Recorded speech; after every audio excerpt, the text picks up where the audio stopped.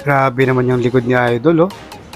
Jeez, grabe naman yan. So guys, kung gusto nyo magkaroon ng ganitong likod, panoorin nyo lang tong workout na to. Let's go! Simulan na natin. Let's go! So, ang first exercise na ginawa namin dito guys ay ang pull-ups. Yan, oh. Ang ginawa namin dyan ay 3 sets, tapos 8 to 10 reps. Yan. Kung kaya mo pang itaas, kung kaya mo pang damihan ng reps, mas maganda. Yung kasama ko pala guys, yan, oh, si Paring Abel. Grabe yung form, oh. Lakas talaga ni Paring Abel, idol. Ginawa niya ata guys, 16 reps ata yan eh. Grabe talaga to si Abel, idol ko talaga to. At yung second exercise naman na ginawa namin dito ay ang dumbbell row. Ang ginawa pala namin dyan ay 4 sets, tapos progressive overload. Pag sinasabing progressive overload, every sets nagdadagdag ng weights. Di baling mababa lang yung counting ng reps, basta nag-a-add ng weights. Okay? Back yung wino-workout, pero tignan nyo naman yung calves, oh. Iba ka talaga, idol. Tsaka guys, ibalik nyo yung mga dumbbells na ginamit nyo. Hindi yung puro lang kayo gamit, hindi kayo marunong magbalik. Ang dami-dami kong nakikita dyan sa gym. Kahit mga plates, ang gagaling gumamit, ang gagaling buhat. Kunwari, ang bibigat ng binubuhat, pero di marunong magbalik. At proceed naman tayo sa ating third exercise mga kaibigan. Ang tawag dyan ay lat pull down, machine lat pull down. Ang tinatamaan pala dyan guys ay makikita nyo na kung ano yung gumagalaw na muscle dyan sa likod. Yan yung tinatamaan yan. Squeeze nyo lang na maigi. Tapos full range of motion. Huwag nyo masyadong bibilisan para sa pull yung muscle tsaka yung blood flow rektang-rekta sa muscle. Okay? Tignan nyo naman yung likod ni Idol. Grabe naman yung likod niya, no? Grabe, tignan nyo guys, dandahan, di ba? Dandahan. Tapos magpa-flex pa yan. Boom! Tapos ito rin si Abel guys, ayaw rin talaga patalo nito. Napaka-competitive nito. Idol ko rin to eh. So ang ginawa pala namin dito guys ay 4 sets, tapos last sets, drop sets, para solid na solid yung tama. Tapos yung next exercise naman namin guys, ito yung back supported. Kaya ako tinawag na back supported kasi may nasasandalan ka sa likod. Tapos lat pull down pa rin to, pero yung pinaka sa pull nito yung pinakagitna ng back natin. You know, pag in-squeeze mo ng gusto, kitang-kitang sa pull yan, oh. Sa pull yung pinakagitna ng ating likod. Yan. Ang ginawa namin dito guys ay 4 sets pa rin, tapos progressive overload.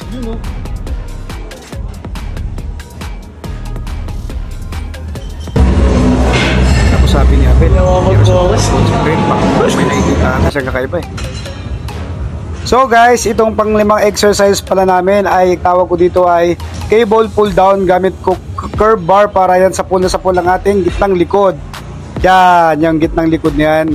Ginawa pala namin dyan ay 4 reps, tapos progressive overload pa rin. Grabe to si Abel, oh. Kahit nakatalikod, poging-pogi, oh. Grabe. Hindi pa pinagpapawisan si Abel dyan. Nagwa-warm up pa lang yan guys. So proceed naman tayo guys sa ating last exercise sa back. Ito ay rowing machine pa rin, pero ang ginawa namin dito ay Super 21 superset. 7 reps each side yan, oh. 7 reps sa kanan, tapos 7 reps sa kaliwa. Sabay 7 reps ulit, sabay na yung kaliwat kanan. Kaya tinatawag na Super 21. Ang tinatamaan pala niyan guys ay itong ating buong lats. Yan, kung nakikita nyo yung guhit na yan. Yan, oh. Yan, oh, yan. Pagbaba mo, yan, oh. Yan, sa pull yung pinakaguhit ng ating likod. Yan, ginawa namin dyan 4 sets, tapos dito progressive overload. Grabe naman yung likod ni Idol, oh. Yan, oh, magyayabang pa yan sa tropa niya sa gilid, oh. Kitang-kita. Bakit kitang-kita? Ang yabang mo talaga, Idol. Ito naman si Paring Abel guys, oh. Nagmamadali, parang may lakad ata to. Yan, oh. Pero napaka-solid na ito guys, ang lakas nito. Kaya idol na idol ko to si Paring Abel kasi kahit anong workout na ipagawa mo, talagang gagawin at gagawin niya. Sobrang lakas nito. So guys, proceed naman tayo sa ating next exercise, which is yung traps. So ang ginawa pala namin dito guys ay close grip tsaka wide grip Smith machine. Yan ginawa namin dyan. 4 sets, tapos superset. Progressive overload pa rin. Yan o, grabe si Idol o. Kitang-kita niyo naman yung cuts o. Pati mukha may cuts na. Oh, yan guys. Yan yung close grip. Yan. Full range of motion. Dahan-dahanin mo lang. Para sa pull na sa pull yung muscle. Yan, okay lang kasi masyado na ako.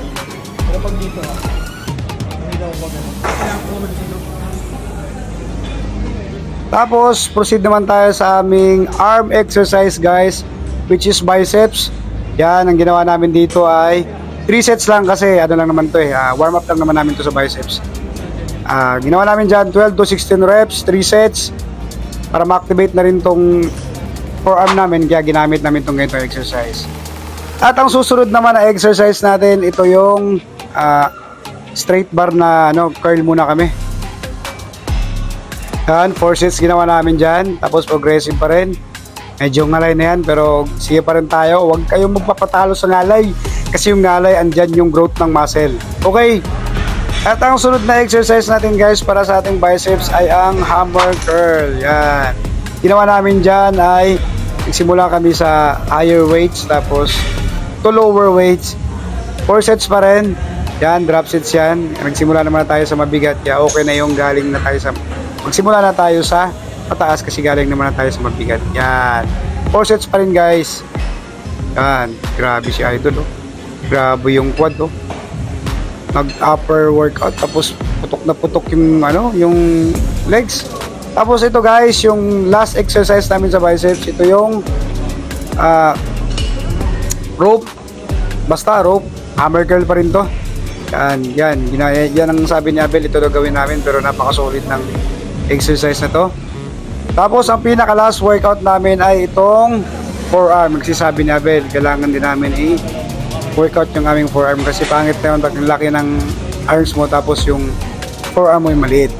So guys, yan yung last workout namin. Sana follow nyo kami sa aming page, Rick Akdal Official.